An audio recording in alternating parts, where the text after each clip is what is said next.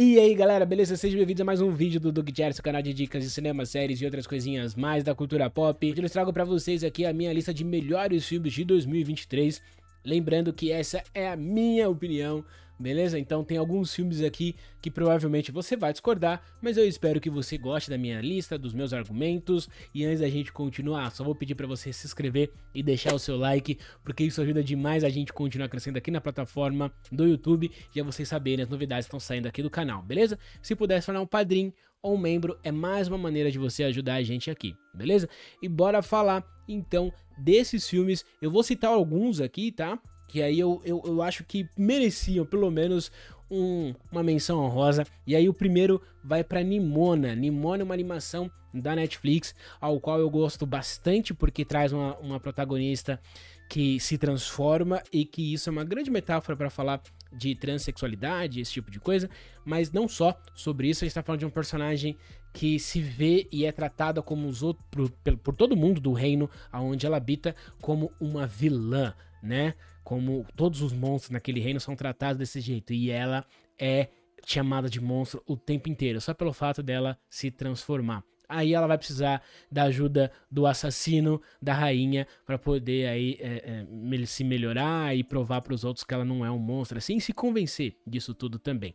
A gente tem Wonka, que eu acho um dos filmes que saíram no finalzinho do ano passado e que é uma das grandes surpresas de Natal. Eu acho que é um filme de final de ano ao qual a Warner precisava. É um filme que tem só música, basicamente, então ele é um musical, saca? E eu adorei. E olha que eu não sou de gostar tanto de musicais assim, ou nem todos, mas desse aqui eu adorei. O Wonka me traz a magia do filme da Fábrica de Chocolate antiga de volta, e o Timothée Chalamet está incrível no filme, na minha modesta opinião. A gente tem Mussum, o Filmes. Mussum é um filme que eu adorei. É um filme formulaico, sim. É um filme que conta a história do nosso querido Mussum, dos Trapalhões, querendo ou não, dos originais do samba, mas que traz personalidade muito forte ao falar de uma das maiores mentes negras desse Brasil aqui, quando a gente fala de humor. E ele era incrível, cara. Ele é um cara fantástico, ele foi um cara fantástico, atarefado, e aqui é uma bela homenagem para esse filme aqui que merecia ser visto, se você não o viu. Temos também aqui Jogos Vorazes e A Cantiga dos Pássaros e das Serpentes, que é um filme que me surpreendeu bastante. Não esperava que esse filme fosse bom, porque é uma prequel de uma saga que já tinha terminado, né? Que é muito boa, que a gente adora, que é os Jogos Vorazes. E aí, de repente, eles vão contar a história do vilão do filme, daquela saga, e todo mundo ficou meio assim. Eu sei que tem uma base originária dos livros, porém, contudo e entretanto, não esperava que fosse bom, e é bom pra caramba. É um dos melhores da saga, na minha modesta opinião, e eu acho que ele merece essa menção honrosa também. Mas falei de todos esses filmes aqui, espero que você tenha assistido a maioria deles. E vamos falar finalmente do 10º colocado aqui. A gente vai colocar John Wick 4, né? Ou John Wick 4, que é o Baba Yaga voltando aí, aterrorizando todo mundo. O John Wick está cansado, ele precisa se aposentar ou morrer, tá ligado? Basicamente essa a história do nosso personagem. Ele não descansa desde o primeiro filme, ele tá fugindo desde então. É uma escalada de violência absurda, e aqui a gente vê essa escalada chegar ali nas escadas em Paris, e ele rolando pra cima e pra baixo naquelas escadas. O Keanu Reeves está maravilhoso, ele contracena com diversos atores aí e artistas de artes marciais, o que eu acho incrível, e que traz e eleva o filme aí pra quem gosta de filmes de luta mesmo, saca? Isso já vinha acontecendo, e eles conseguem trazer uma coisa muito difícil, que é no quarto filme ser o melhor filme da saga até então. Pelo menos eu adorei. Se ligou? Em nono lugar temos Missão Impossível, Acerto de Contas, parte 1. Filme que foi dividido em duas partes, então eu sei que é complicado, muita gente não gosta dessa história de filme dividido e tal. E aqui a gente tem, né, aquela coisa de precisar da parte 2, mas, cara, como esse filme é bem feito, como esse filme é bem gravado. Aquela grande cena de ação do Tom Cruise pulando do penhasco de moto e paraquedas e tal, é uma das belas cenas do filme, mas não é a maior cena do filme, né? E eu gosto disso, se ligou? Eu gosto que eles conseguiram guardar a maior cena do filme, porque aquilo é o início da cena, da grande cena, né? E eu acho que fica 20 minutos ali numa cena absurda final, o que é fantástico. Eu gosto bastante de todo o elenco, eu gosto das cenas de ação, filmaço. Em oitavo lugar ficou o Guardiões da Galáxia 3, último filme aí do James Gunn na franquia Guardiões e na Marvel, porque agora ele foi pra DC, e como ele conseguiu entregar um filme emocionante, triste e feliz ao mesmo tempo, é misto, é um sentimento de despedida e ao mesmo tempo é um sentimento de que, cara, eu queria passar muito mais tempo com esses personagens, pelo menos com alguns deles, me deixa ficar nesse universo, me deixa ficar com esses personagens.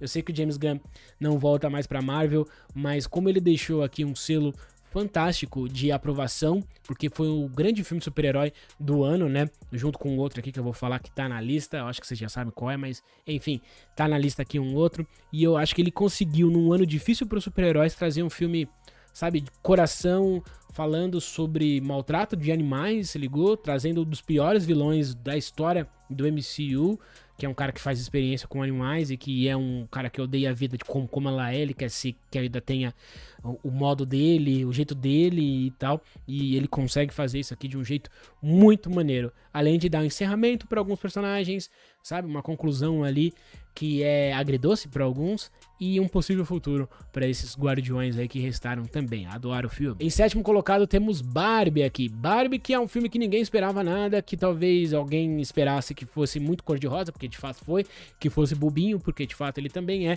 mas muito não que ele fosse uma crítica social. E o fato dele ser uma crítica social, o fato dele falar muito dos homens, das mulheres, do comportamento tóxico masculino, ou como a nossa sociedade é enviesada para esse lado, traz uma política para esse filme que é admirável, o que torna ele também a maior bilheteria do ano, o que é admirável em dobro, porque fazer um filme desse ser a maior bilheteria do ano, tudo bem que as pessoas foram pra assistir Barbie e receber esse tapa na cara, e eu acho isso fantástico. É um filme corajoso da Greta Gerwig, da Margot Robbie, eu acho que a gente vai falar muito sobre esse filme aí na história do cinema ainda. Em sexto lugar, pra mim, uma animação que é, assim, só não é perfeita porque ela não acaba. Se ligou? Então a gente tem mais um filme dividido que é Homem-Aranha através do Aranhaverso. Assim, é maravilhoso esse filme, de verdade, eu adorei esse filme. O que eles fazem com as cores aqui, a gente já sabia que a animação do Homem-Aranha, do Miranhaverso, vamos dizer assim, o Miranhaverso é algo absurdo, a animação do primeiro filme é fantástica, a animação do segundo filme, ela é elevada, eles continuam fazendo aquele desfoque maravilhoso com pontilhado, saca? Você continua vendo os rabiscos como se fosse, sabe, rascunho na tela, você vê diversas dimensões e os personagens mudando das dimensões, conseguiram apresentar personagens como o Spider-Punk, né, que além do Homem-Aranha Escarlate e diversos outros, mas trazer um personagem meio desconhecido para alguns, como para mim, o Spider-Punk, fazer ele ficar tão bem no filme, apesar de pouco tempo, e você tem o personagem da Spider-Gwen aqui, no seu próprio mundo, com aquela textura, aquela aquarela maravilhosa, um filme lindo, de todas as formas, um filme lindo. Eu sei que ele não termina, mas ele me deixa tão intrigado para ver a parte 2, que eu acho que ele cumpre o seu papel. Em quinto lugar, um filme que eu jamais esperaria que eu colocaria no meu top 10, e é um filme japonês do Godzilla. Godzilla Minus One, filme da Toho, que é, assim, desde o primeiro Godzilla, é talvez a obra original desse monstrão gigante que amamos, apesar dele ser um monstro, uma revolta da natureza. Ele tá muito puto nesse filme, ele tá tão destrutivo quanto a bomba nuclear. Então ele é uma mensagem anti-guerra, ele é uma mensagem contra o uso da bomba nuclear e ele é, cara, claramente uma crítica ao próprio Japão também.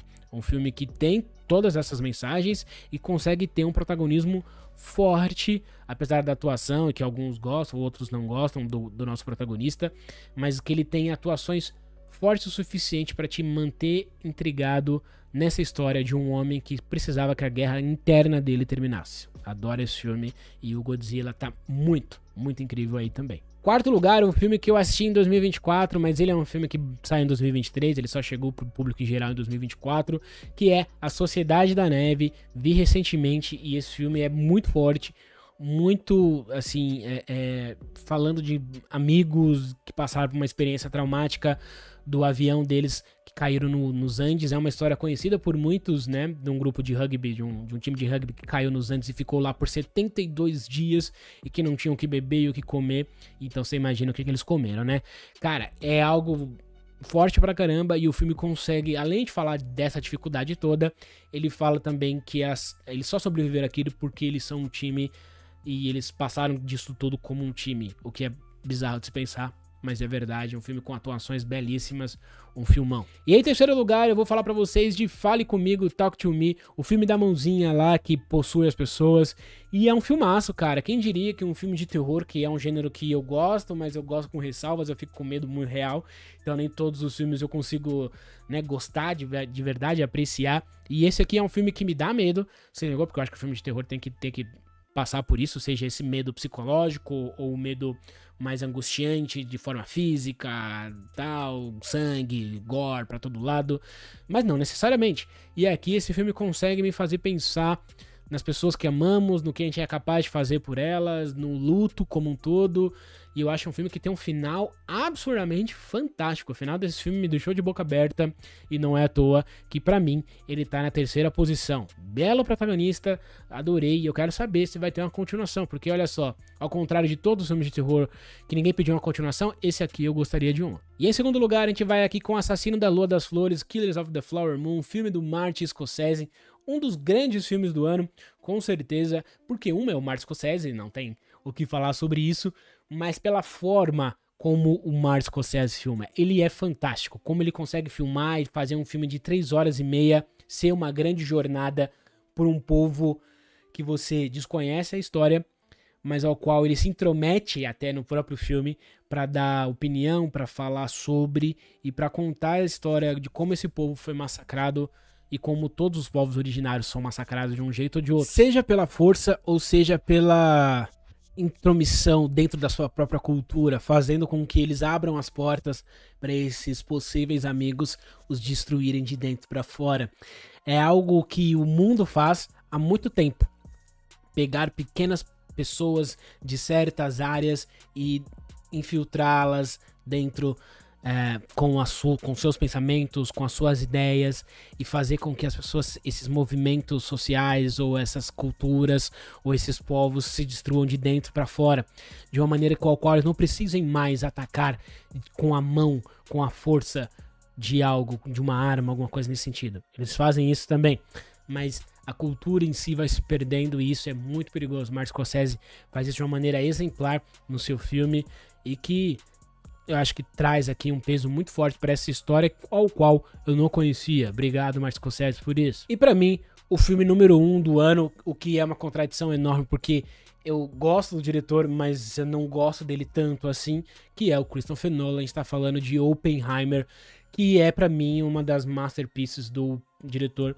Assim como Cavaleiro das Trevas, eu acho que aqui ele finalmente conseguiu equilibrar os personagens mais frios e antipáticos e às vezes sem grandes emoções que ele transmite nos seus filmes, que é uma dificuldade do Nolan falar sobre as emoções ou passar as emoções dos seus filmes que não seja de maneira explícita e falada. Eu acho que aqui ele consegue pegar um personagem introspectivo, que é o Oppenheimer, e ver como um cientista pode gostar de algo que vai destruir o mundo. Então primeiro ele se acha necessário, depois ele vê o glamour nisso e depois ele vê talvez o arrependimento disso também. É um filme que deixa o Oppenheimer como um cara que fez o que precisava ser feito, mas ao qual ele se arrepende ou não do que fez. Isso fica com o público. Eu acho que essa questão moral é algo que ele conseguiu dividir bem com o telespectador, sabe? Eu acho que todo mundo que assistiu esse filme, além das 3 horas de filme, além da expectativa da explosão da bomba, das questões técnicas que o Nolan traz, que são incríveis de verdade, é um dos filmes mais técnicos do ano e mais bonitos nesse sentido, eu acho que ele conseguiu de verdade transmitir o que a comunidade científica, o que o ser humano é capaz de fazer quando se dá poder e ego. Se ligou? E esse poder e ego na mão de uma nação sobre a outra, o que isso pode acontecer? E se esse ser, esse cara, esse Oppenheimer era uma pessoa boa ou ruim? Além da questão de moralidade, tá ligado? E se o que ele fez é necessário ou não. Pra mim, um equilíbrio perfeito do Nolan, o melhor da sua carreira junto com o Batman Cavaleiro das Trevas. E é por tudo isso aí que essa é a minha lista de 2023. Eu quero saber se você concorda comigo, se você discorda, eu quero saber a sua opinião. Muito obrigado por ter assistido esse vídeo, principalmente até aqui. Se inscreva, deixa o like, a gente se vê no próximo. Beijo da bunda, valeu, até a próxima e tchau, tchau.